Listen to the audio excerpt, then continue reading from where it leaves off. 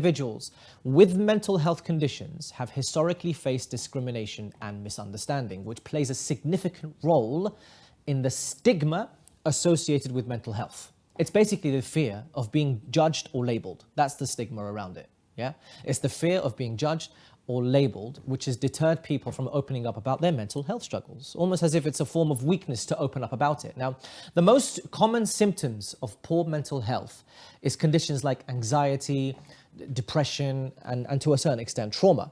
So I'm delighted, as I mentioned, to have psychotherapist Mariam Awadi, who's joined us all the way from Toronto, Canada. Mariam, inshallah you can hear me, and thank you very much for joining the show. Thank you for having me. I really appreciate it. Our pleasure. So, Mariam, I wanted to start off, I guess, tapping into your area of expertise. I know that, we mentioned off air that you're an expert in trauma. You also deal with anxiety as well as depression. So a lot of people sometimes jumble the whole topic into one as mental health, right? So, which to a certain extent may not have a point. Can you differentiate between trauma, anxiety, and depression?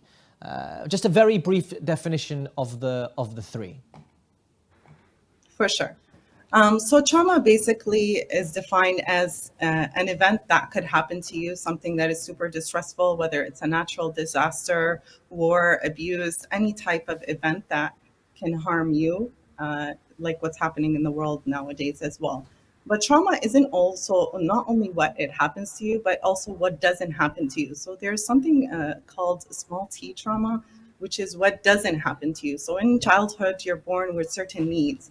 You need your parent to feed you, to provide that love and comfort.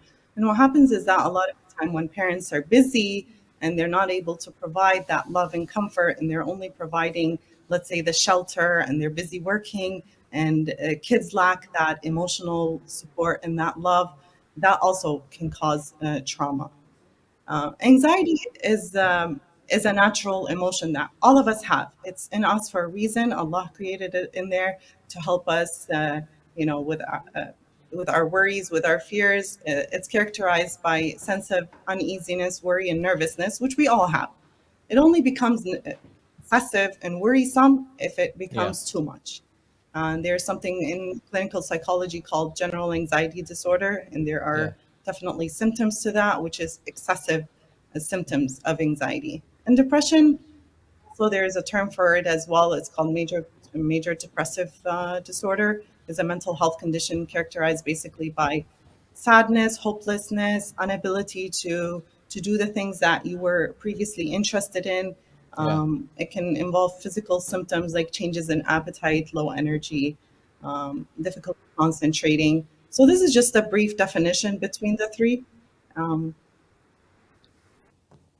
I totally understand. It's fantastic because, as I mentioned, a lot of people bring together mental health as one whole thing, and sometimes, unfortunately, the term is used quite loosely, like I have anxiety.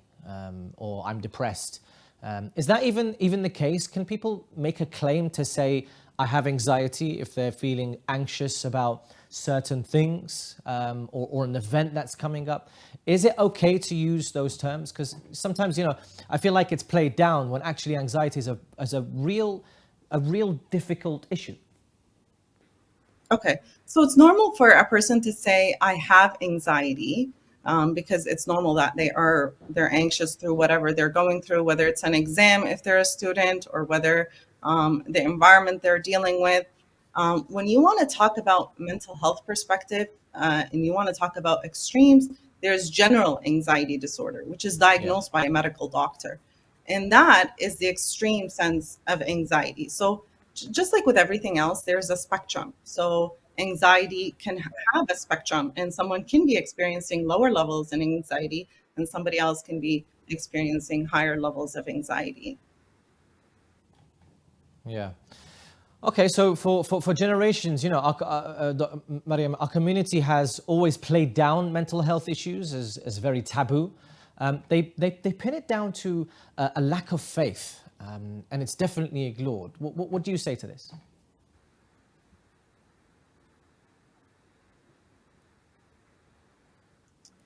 That's an excellent question, because a lot of the time, like you said, you're totally correct that people mix mental health issues with religion. They'll tell you if you are religious, you shouldn't be experiencing this, or if you are experiencing this with your faith, you should be able to deal with it.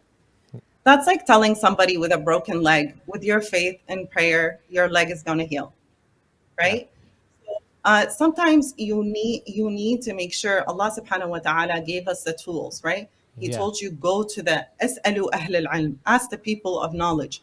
So you go to the professionals in these areas to help you in these areas. You'll have Yeah. some Muslims say, for example, why go to a mental health specialist? Go to a sheikh. Yeah. While sheikhs, have sacrificed their lives in learning about Islam, and they're an important aspect of our life. When a sheikh tells you, for example, stop this behavior, it's not easy for you to stop the behavior. It takes practice, it takes time, it takes strategies, it takes methods. And that's why it's important to see that mental health specialist. The stigma behind that is that today people label it as what's wrong with you, like there's something wrong with you. But when you go visit somebody in the hospital, you don't tell them what's wrong with you. You tell them what happened to you, right? You want to understand, you show them compassion. Same thing with mental health issues. Like somebody, and a lot of us have experienced trauma, whether we want to admit it or not. And there's something called intergenerational trauma that we can discuss later. So a lot of us have been through it. So what we really need in our community is that compassion and that care. And in order for you to get closer to Allah subhanahu wa ta'ala, sometimes if you are not healed, it gets in the way of your faith. It gets in the way of your relationship with Allah rather than getting you closer to Allah. Absolutely. I totally agree. And also, Mariam, it can actually work against you, because you might then start to, la samahallah, blame Allah for the afflictions that you are in, saying, look, I'm praying to you, I'm supplicating, I'm asking, but nothing's happening. I'm still depressed, or I still have the anxiety. So it could actually work both ways and have a detrimental effect, and could lead to things like kufr. So you're absolutely right. I think one of the most important things that you mentioned is that people don't see it as a physical injury, so therefore they play it down, which is a fantastic point that you mentioned. We have to acknowledge the fact that it is an injury, but not It's physically not, seen, it's right? correct. It's not physically seen, but did you know MRI scans can actually see the physical symptoms as well? What do I mean by that? The brain is structured in certain in ways, right? There's the prefrontal cortex, which is responsible for your thinking and language, and that's what most of us are. They expect us to stay in that prefrontal cortex.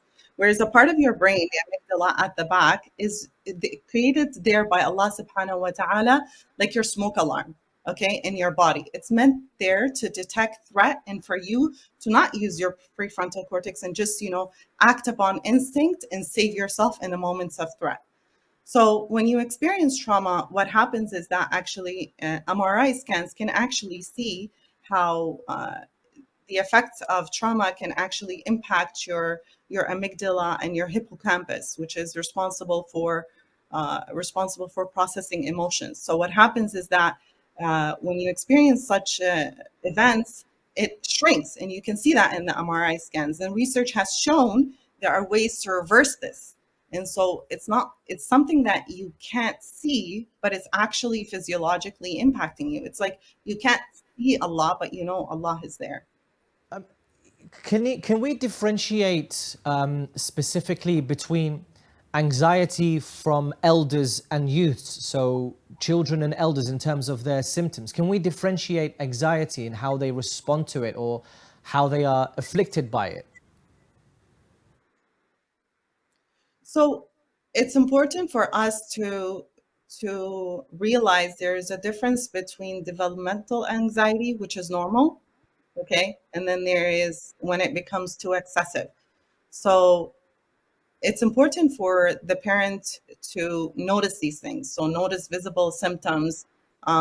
Sometimes your child or your young adult might experience stomach aches or headaches that can't be explained with physical symptoms. You have to look at other factors as well to see, observe their emotional changes, be attentive to what has changed in their mood swings. excessive worrying, monitor their behavioral changes, such as, increased irritability, restlessness, avoidance.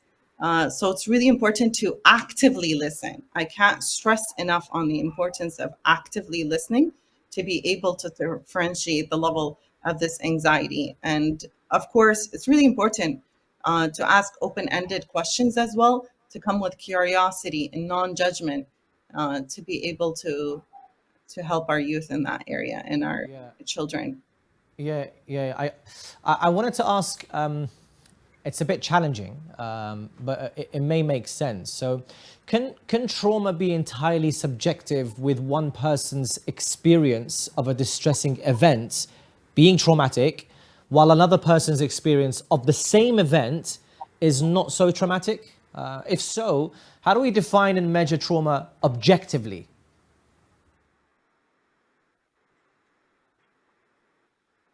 So, excellent question. Two people can certainly experience the same event, and one, it can affect them more adversely than another.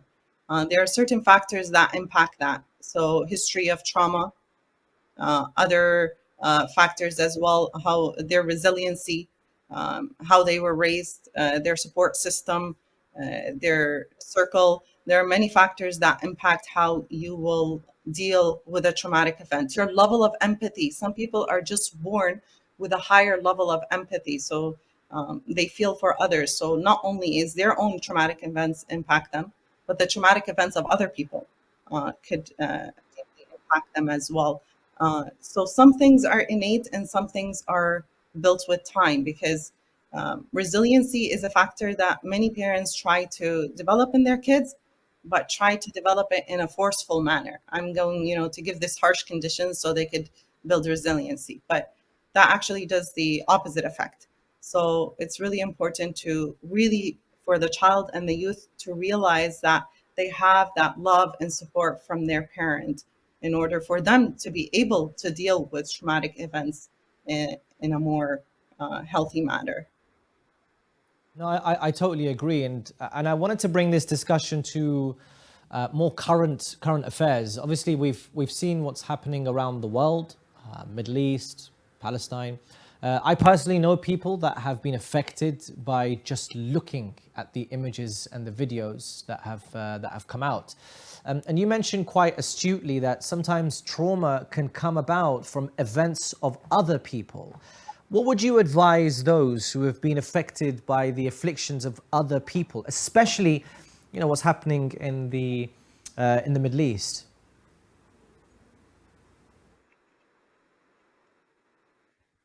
Yeah, so that's what you're referring to is something called vicarious trauma. So that's basically you are affected by just witnessing others. I've had clients who come and tell me, they're having nightmares, babies dying, and they're not even able to sleep. So it's really important when we are, going through these world events, and may Allah bless them and give them strength to deal with their difficulties.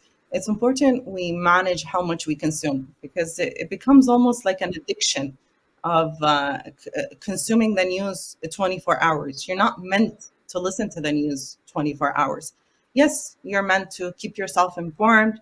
You're meant to speak up. You're meant to make a difference, but you're not meant to consume negative news 24 hours. There's a reason why we're not in this part of the world. I sincerely believe لا يكلف الله نفسا إلا وسعها. Allah does not bear more than what you can handle. And sometimes we put on things for us more than what we can handle.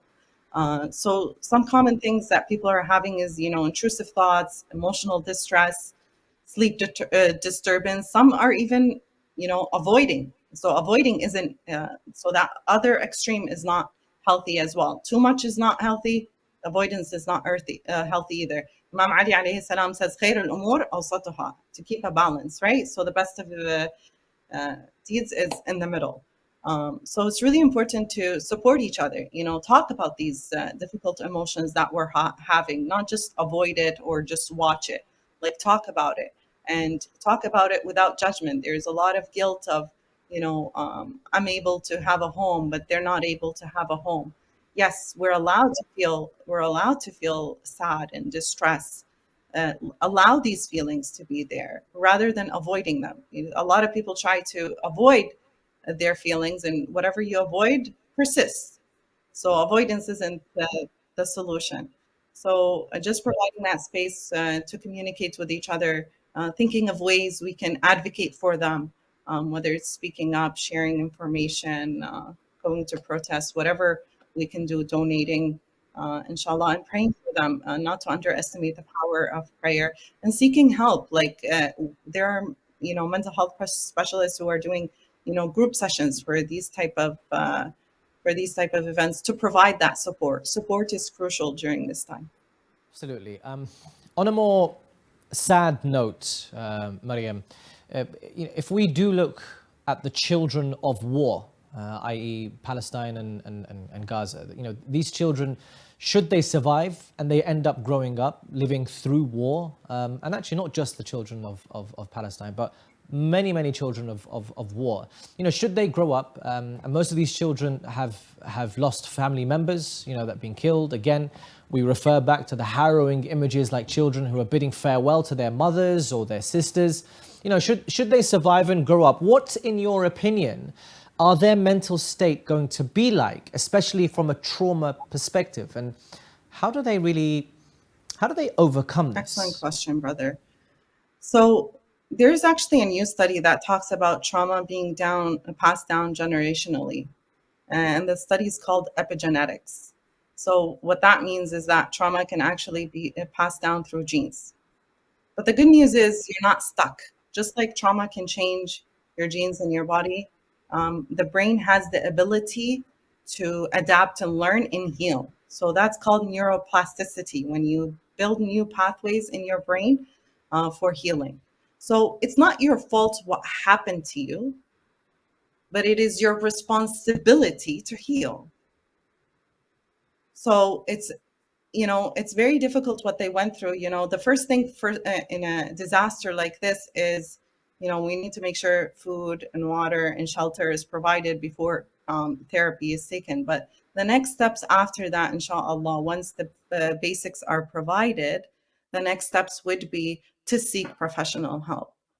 And inshallah, there will be available people to help them to be able to heal through this trauma, because trauma is trapped inside the body as well, like I said earlier. So there will be physical symptoms as well. And what happens is that your behaviors with your children, like all our parents in the past as well, have been either through war or the Saddam regime, or many different challenges, or poverty or immigration, many different challenges that they've been through. And we also went through what they passed on to us. So it's our responsibility to seek professional help to heal those wounds. Inshallah.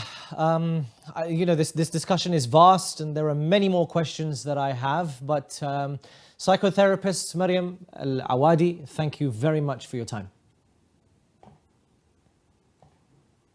Thank you so much. I really appreciate it. No worries at all. No worries at all. So coming up.